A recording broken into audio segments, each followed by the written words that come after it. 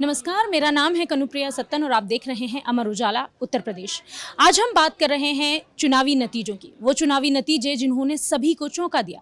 400 पार का दावा करने वाली एनडीए गठबंधन बमुश्किल 300 भी नहीं पहुंच पाई।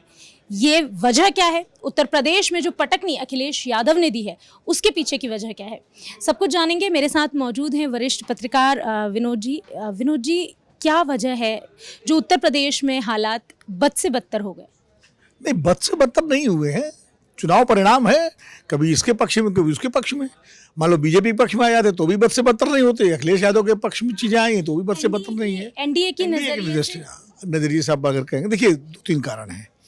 पहला कारण तो ये है कि उत्तर प्रदेश में पिछले 7 साल से बीजेपी की सरकार है और देश में 10 साल से है। तो एक तो सामान्य रूप से एक एंटी इनकम्बेंसी हो जाती है किसी भी सरकार को लेके, पार्टी को लेके। ये एक बुनियादी तौर पे एक कारण है। दूसरा कारण ये है कि उत्तर प्रदेश में जो है वो भारतीय जनता पार्टी का जो हिंदुत्व है, उसका जो डबल इंजन है, वो उत्तर प्रदेश से ही आता है। मोदी जी बनारस से और योगी जी गोरखपुर से, और दोनों वो मुख्यमंत्री वो प्रधानमंत्री। तो बीजेपी को अति विश्वास था, जिसको कहते हैं अति आत्मविश्वास, जो है वो कभी कभी नुकसान कर जाता है। तो भाजपा को ये अति आत्मविश्वास था कि उत्तर प्रदेश में तो हमें कोई चुनौती है ही नहीं। वो बात ही करते थे 70+। चुनाव से 1 साल पहले से ये बात होती थी कि 70+। यूपी में तो कोई चुनौती है नहीं। खासकर जब 2022 का चुनाव जीते, भाजपा जीती और सपा बसपा गठबंधन 2019 में जो है उसको मात दी भाजपा ने, मतलब सीटें 15 ही वो लूज कर पाए। तो भाजपा को लगा कि अब उत्तर प्रदेश के सामने कोई चुनौती नहीं है। तो वो एक अति आत्मविश्वास कहें, अहंकार कहें, जो भी कहें, वो भारी पड़ा।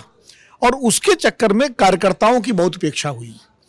पार्टी के विधायकों की उपेक्षा, कार्यकर्ताओं की उपेक्षा, संगठन के पदाधिकारियों की उपेक्षा, सारा ब्यूरोक्रेसी पूरी तरह से वहाँ हावी है।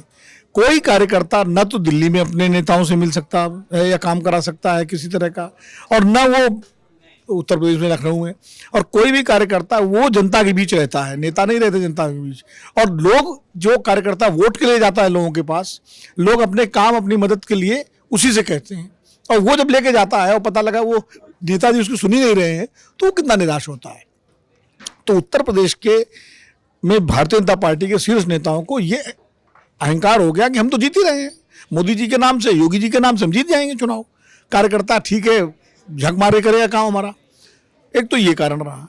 दूसरा कारण ये रहा कि अखिलेश यादव ने थोड़ा सबक लिया विधानसभा चुनावों से। विधानसभा चुनाव में जब उनकी हार हुई और उन्होंने कोशिश की थी एक पिछड़ों का, चूंकि भारतीय जनता पार्टी ने उत्तर प्रदेश में 2014 से एक सामाजिक समीकरण बनाया, सोशल इंजीनियरिंग की, जिसमें तमाम पिछड़ी जातियां, गैर यादव पिछड़ी जातियां खास करके, और गैर जाटो दलित जातियां, वो उसके साथ जुड़ी। भाजपा के मुद्दे भी थे और जातियों का समीकरण भी था। और वो फायदा उसको 2014 में मिला जब 73 सीटें जीती अपने गठबंधन के साथ। फिर 2019 में मिला कि सपा बसपा गठबंधन के बाद भी 64 सीटें भाजपा गठबंधन ने जीती। और फिर विधानसभा में 2017 में मिला और दोबारा 2022 में मिला। तो वो एक समीकरण बना हुआ था। अखिलेश यादव ने इस समीकरण की काट के लिए 2022 में उन्होंने एक कोलिशन बनाने की कोशिश की, जिसमें उन्होंने ओम प्रकाश राजभर से को अपने साथ लिया, स्वामी प्रसाद मौर्य को लिया, आपका दारा सिंह चौहान, ये गैर यादव पिछड़ी जातियों के नेता थे जो बीजेपी से टूट के आए थे। लेकिन ये वोटों के ठेकेदार बन गए। और ये बात महसूस की अखिलेश यादव ने विधानसभा चुनाव के दौरान कि इन्होंने, अखिलेश यादव ने हर तरह से उनकी मदद की, उनके कहने पर टिकट बांटे, जो जहां उन्होंने कहा उसको टिकट दिया। लेकिन चुनाव के जो नतीजे आए उसमें भारतीय समाजवादी पार्टी को कोई विशेष लाभ नहीं मिला। और इस वजह से अखिलेश यादव ने सबसे पहले तो इनसे पीछा छुड़ाया, वोटों के जो पिछड़ों के ठेकेदार थे। इसकी बजाय उन्होंने जो जिलों में, अंचलों में जो पिछड़ी जातियों के नेता थे, जिनका अपने अपने जिलों में सीमित प्रभाव था, उनको अपने साथ जोड़ा। एक तरह से उन्होंने उस नेतृत्व का विकेंद्रीकरण कर दिया। और अब जैसे ओम प्रकाश राजभर की जगह उन्होंने रामाचल राजभर, सुखदेव राजभर, ऐसे उन तमाम नेताओं को अपने साथ जोड़ा जो 2-2, 3-3 जिलों के नेता थे, जिनका अपना प्रभाव था। इसी तरह लालजी वर्मा और कई नेताओं को नाम लेते हैं, अवधेश कुमार जो अयोध्या जीते हैं, पासी समुदाय से हैं, ऐसे कई नेताओं को उन्होंने जोड़ा और पीडीए नाम का एक फार्मूला बनाया, जिसमें पिछड़ा, दलित और अल्पसंख्यक।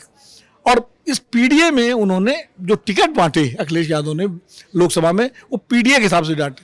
पहली बार समाजवादी पार्टी ने सिर्फ 5 यादवों को टिकट दिया, 80 जो 63 सीटें लड़ रही थी सपा।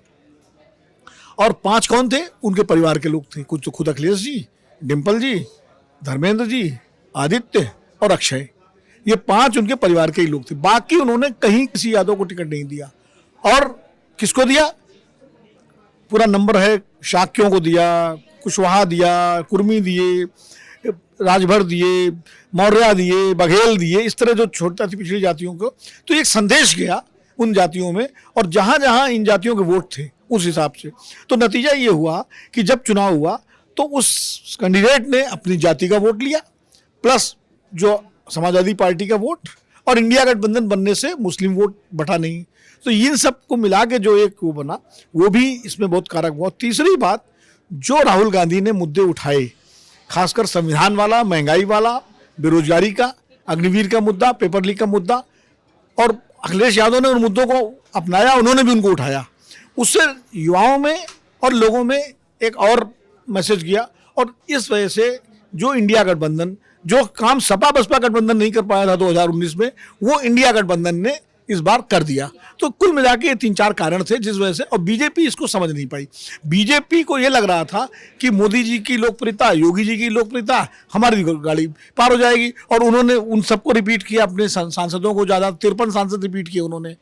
और उसके बाद ऐसे ऐसे सांसदों को रिपीट किया जो 3-3 बार से MP हैं, उम्र भी उनकी हो गई है, लेकिन दे दिया। उनके खिलाफ एक नाराजगी थी लोगों में। लोग बोले भाई मोदी जी के नाम पे, योगी जी के नाम पे वोट तो हम दे देते हैं, लेकिन काम तो हमको इनसे पड़ता है, ये मिलते नहीं हो मोदी जी और योगी जी को, हम कहाँ ढूंढे जा करके? तो हाँ, कहाँ ढूंढे? तो वो भी एक कारण रहा।